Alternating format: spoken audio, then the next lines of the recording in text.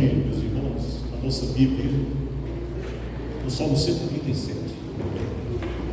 Salmo 137.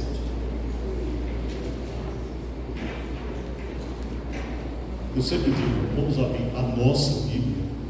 Alguns pastores, alguns pregadores, vamos abrir as nossas Bíblias. Só existe uma. Como nós estamos nos encaminhando para o dia da Bíblia, então a nossa Bíblia. São várias versões, traduções, mas é uma só. Salmo 137.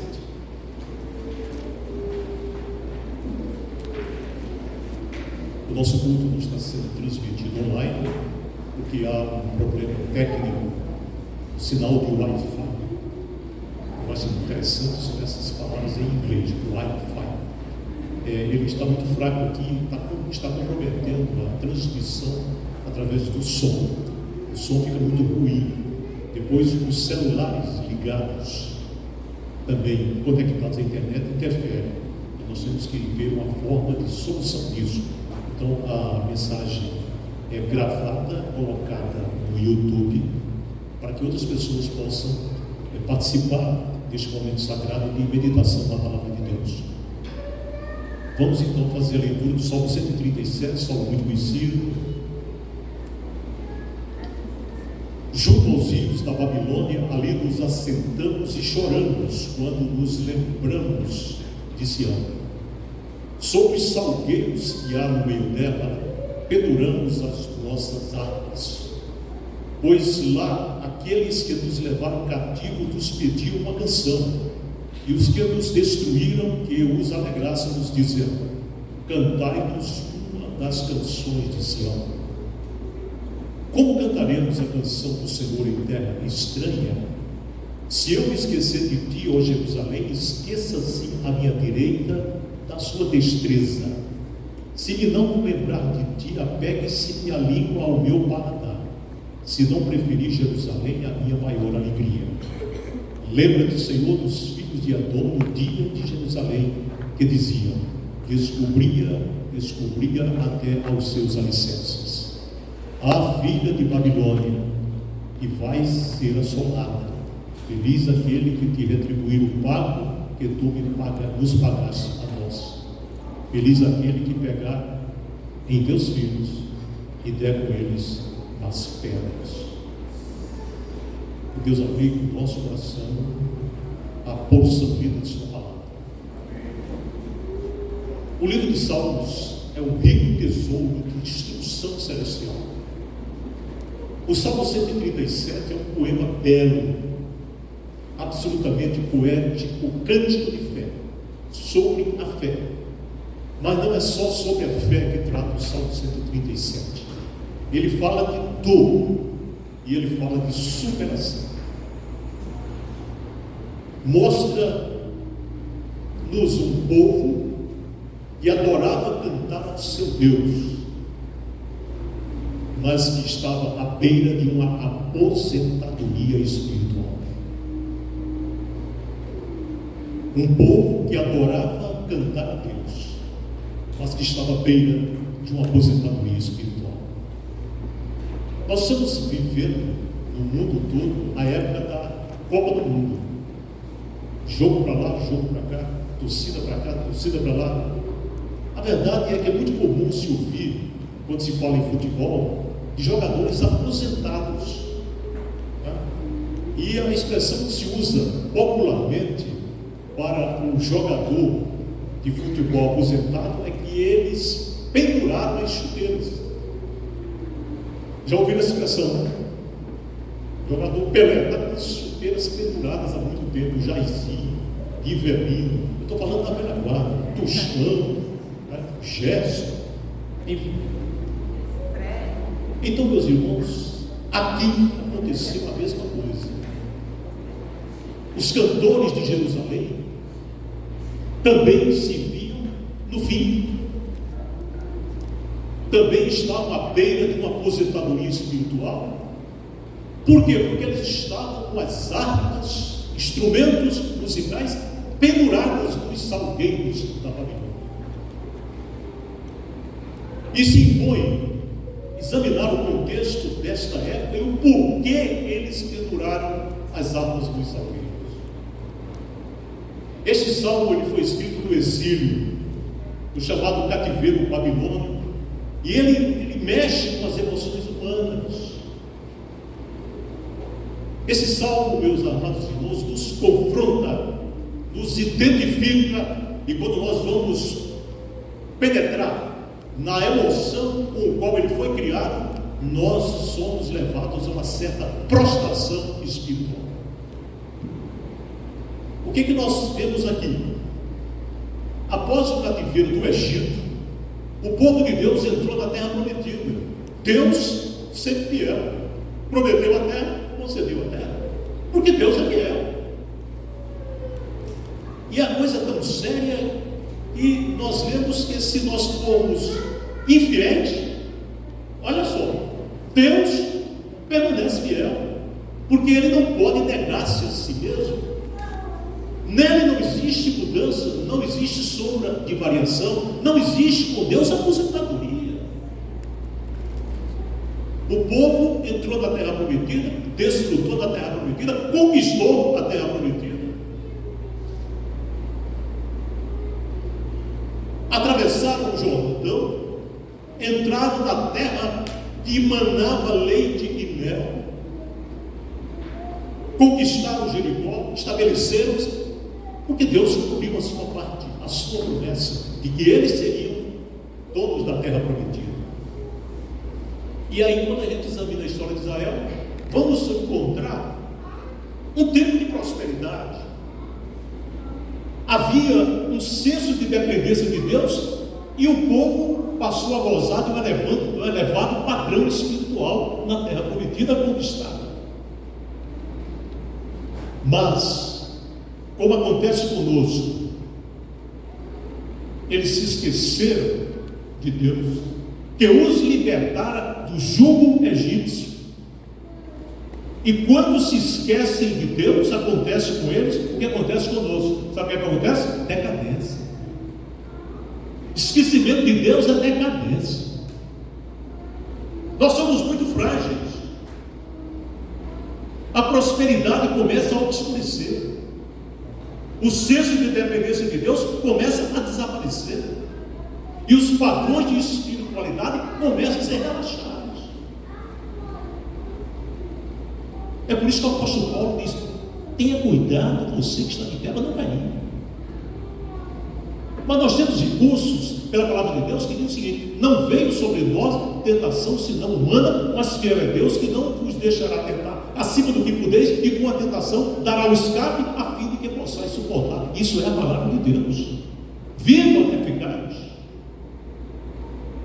Meus irmãos, esse relaxamento, esses padrões de espiritualidade que começaram a murchar, não é porventura o que acontece conosco quando deixamos o Senhor? E quando ficamos a buscar as outras bolotas do mundo, nós somos satisfeitos até, figuradamente, com as outras bolotas, ou seja, que caem da rica mesa das promessas do Senhor para nós.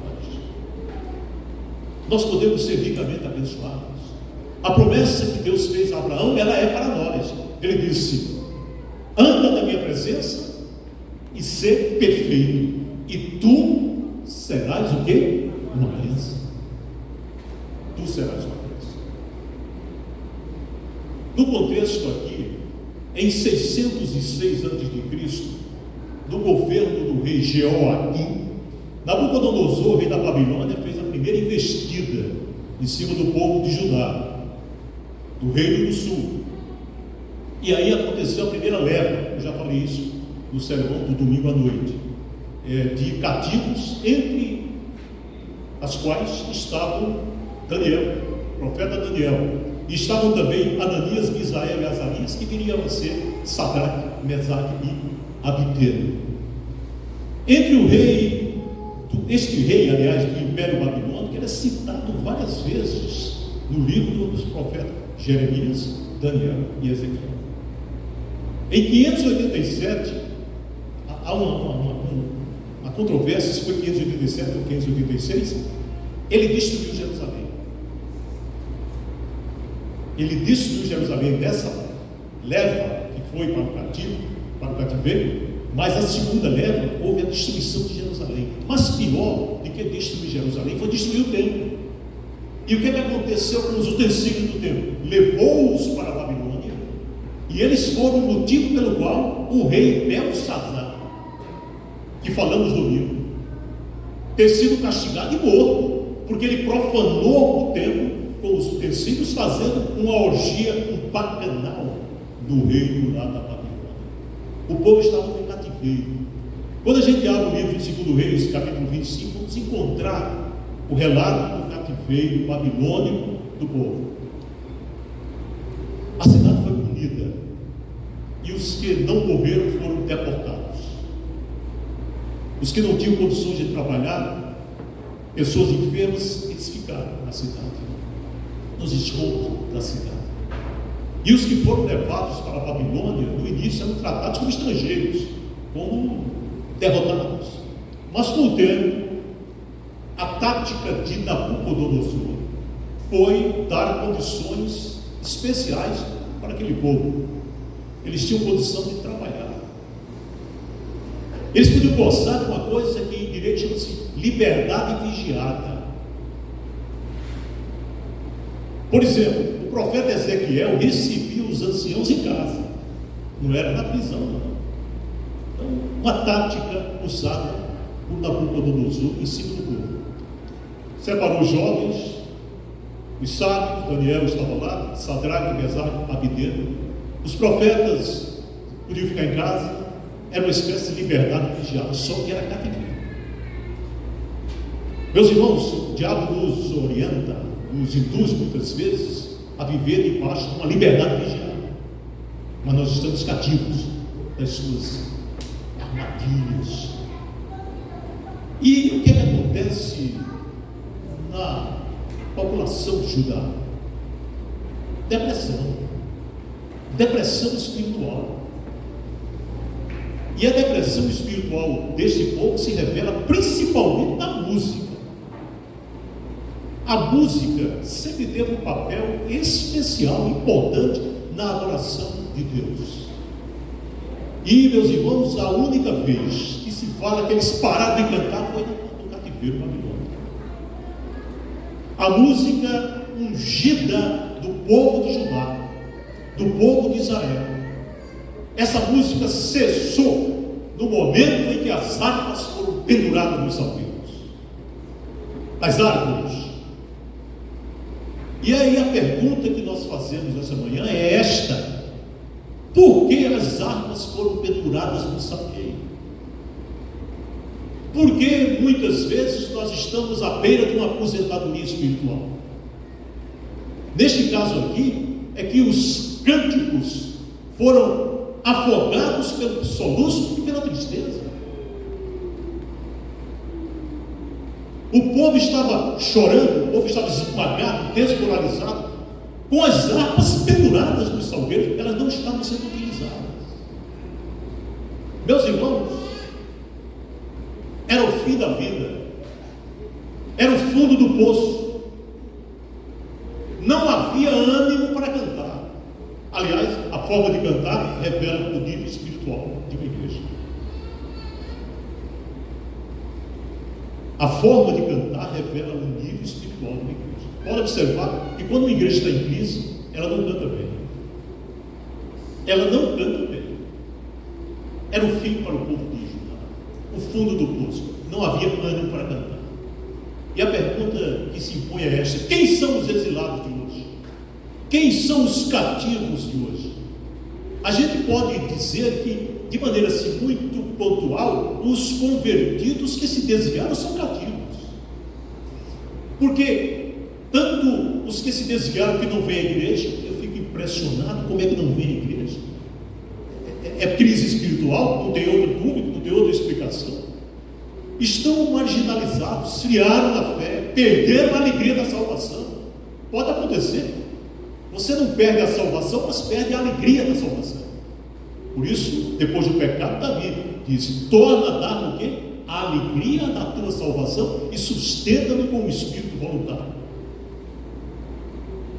Harpas penduradas no salgueiro. Meus irmãos queridos, há muita gente exilada hoje, com as harpas penduradas. Não tem alegria.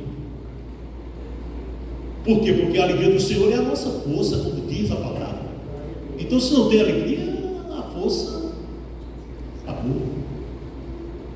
Por que é que eles penduraram as harpas nos salgueiros? Penduraram, estavam no fundo do poço. Nós temos que ter cuidado, porque pode ser que estejamos com elas penduradas no salgueiro, ou pode ser que nós estejamos já prontos a pendurar as harpas no salgueiro. E no caso do povo de Judá, eles penduraram as harpas no salgueiro, porque esfriaram espiritualmente. Pode ficar certo. Se não cantam com alegria, se não há um louvor que parte do coração, mas também é feito com inteligência, então é harpa pendurada no salgueiro. Mas esse povo não só pendurou a harpa, mas eles passaram a viver do passado. Passaram a viver do passado. O que é que diz aqui no Salmo 137? Às margens dos rios da Babilônia, nós nos assentamos e choramos, o quê? Lembrando-nos de Sião. Viver no passado. Eles olhavam para trás.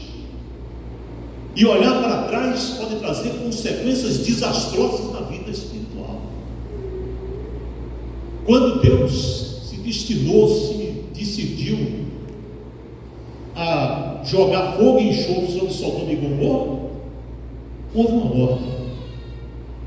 Alô, as filhas de Ló e a mulher de Ló, não olha para trás. O que aconteceu?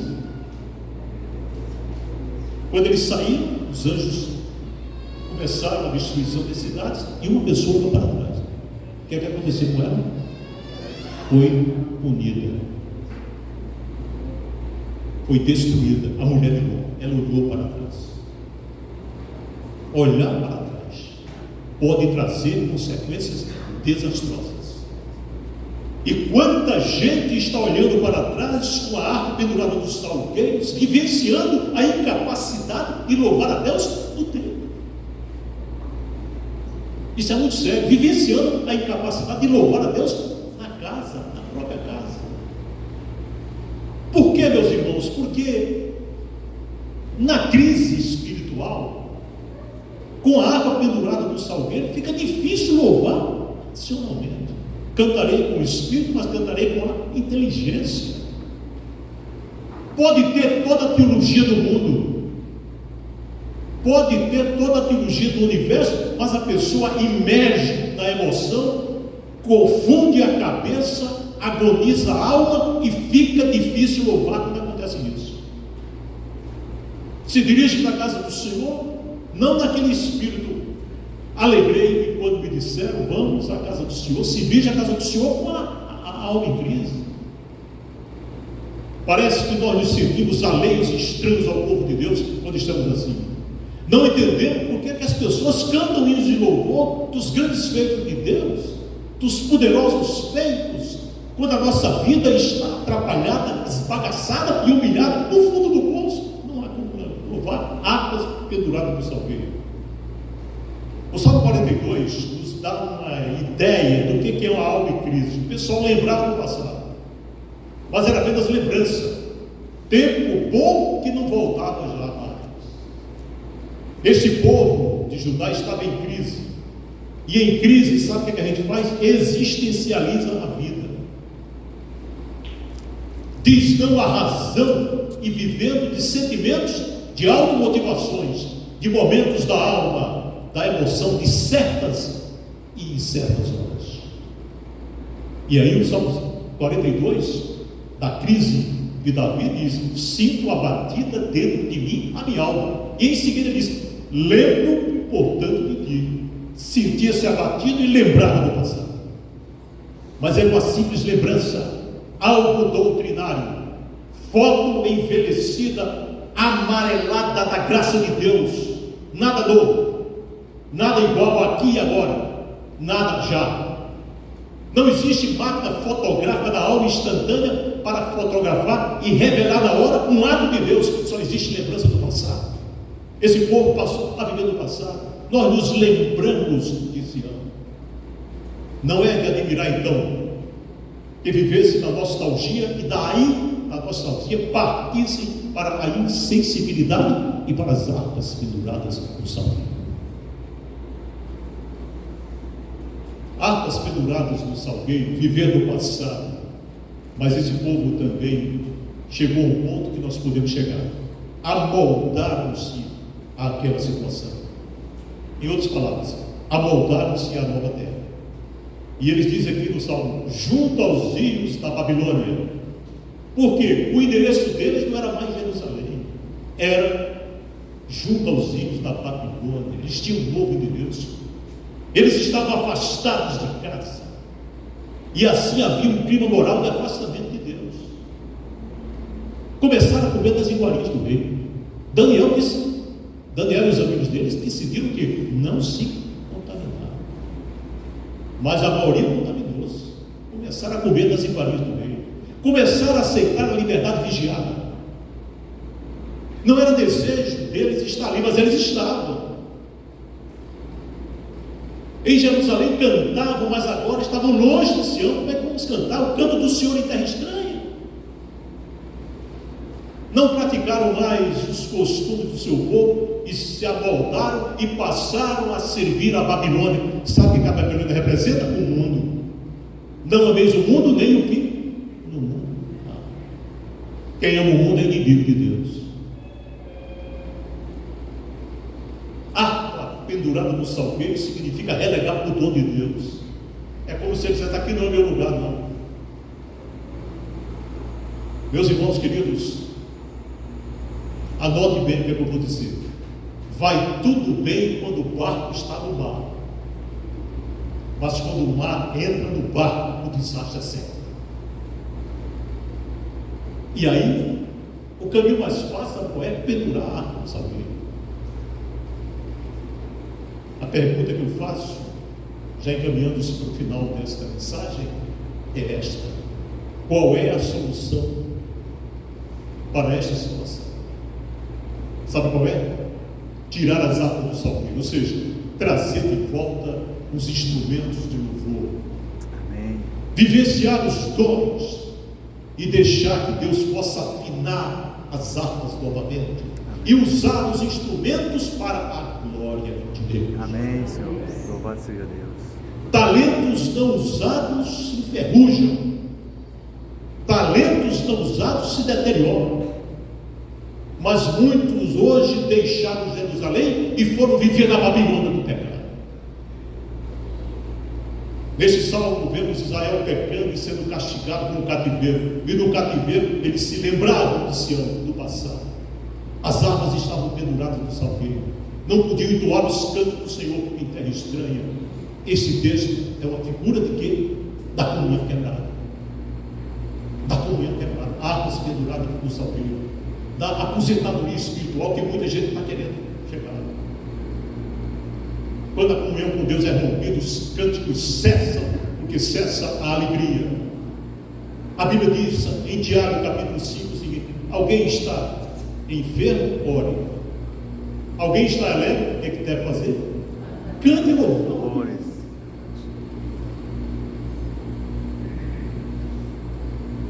Onde há ausência de uma, falta outra. Quem sabe, meus irmãos, nós que aqui estamos nessa manhã, nos enquadramos nessa história. Talvez o silêncio tenha feito parte da nossa rotina e nós nos encontremos cativos às coisas desse mundo e com a harpa pendurada no salgueiro. Eu digo para a Igreja Batista do Alecrim o seguinte: é hora de voltar a Sião, que representa o lugar da comunhão com Deus, que representa o lugar da bênção de Deus, que podemos desfrutar, porque a sua graça está, meus amados irmãos, à nossa disposição. E a graça de Deus é bastante para nos elevar aos altos e para continuar conosco na planície. É em Sião figuradamente, que recebemos inspiração para cantar com alegria. E sabe por quê? Porque não se pode cantar o canto do Senhor em terra estranha. Na nossa experiência pode ser uma terra estranha que estejamos vivenciando, mas graças a Deus que podemos ainda, consoante o próprio salmista, entrar pelas portas dele com louvor e em seus atos comigo. Igreja Batista com alegria, vamos tirar as harpas do salgueiro e vamos cantar o canto do Senhor na terra e na casa do Senhor. Amém. E Ele nos abençoe. Amém, Senhor. Vamos ficar de pé e vamos orar e receber a bênção apostólica.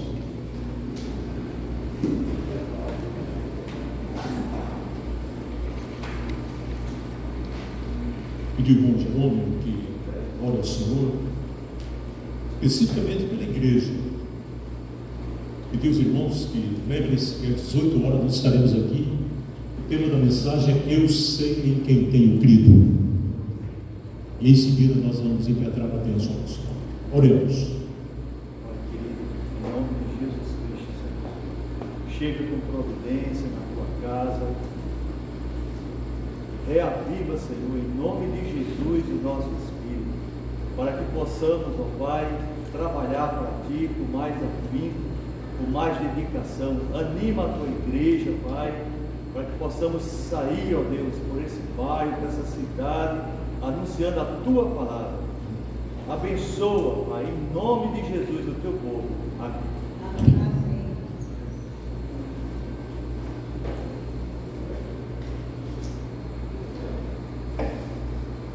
Receber a bênção. A graça do nosso Senhor e Salvador Jesus Cristo, o amor de Deus, o nosso eterno Pai, o poder, a comunhão e as doces consolações do Espírito Santo repousem sobre vós, irmãos, sobre a Igreja Batista do Rio, desde agora e para todo sempre. Amém. Amém.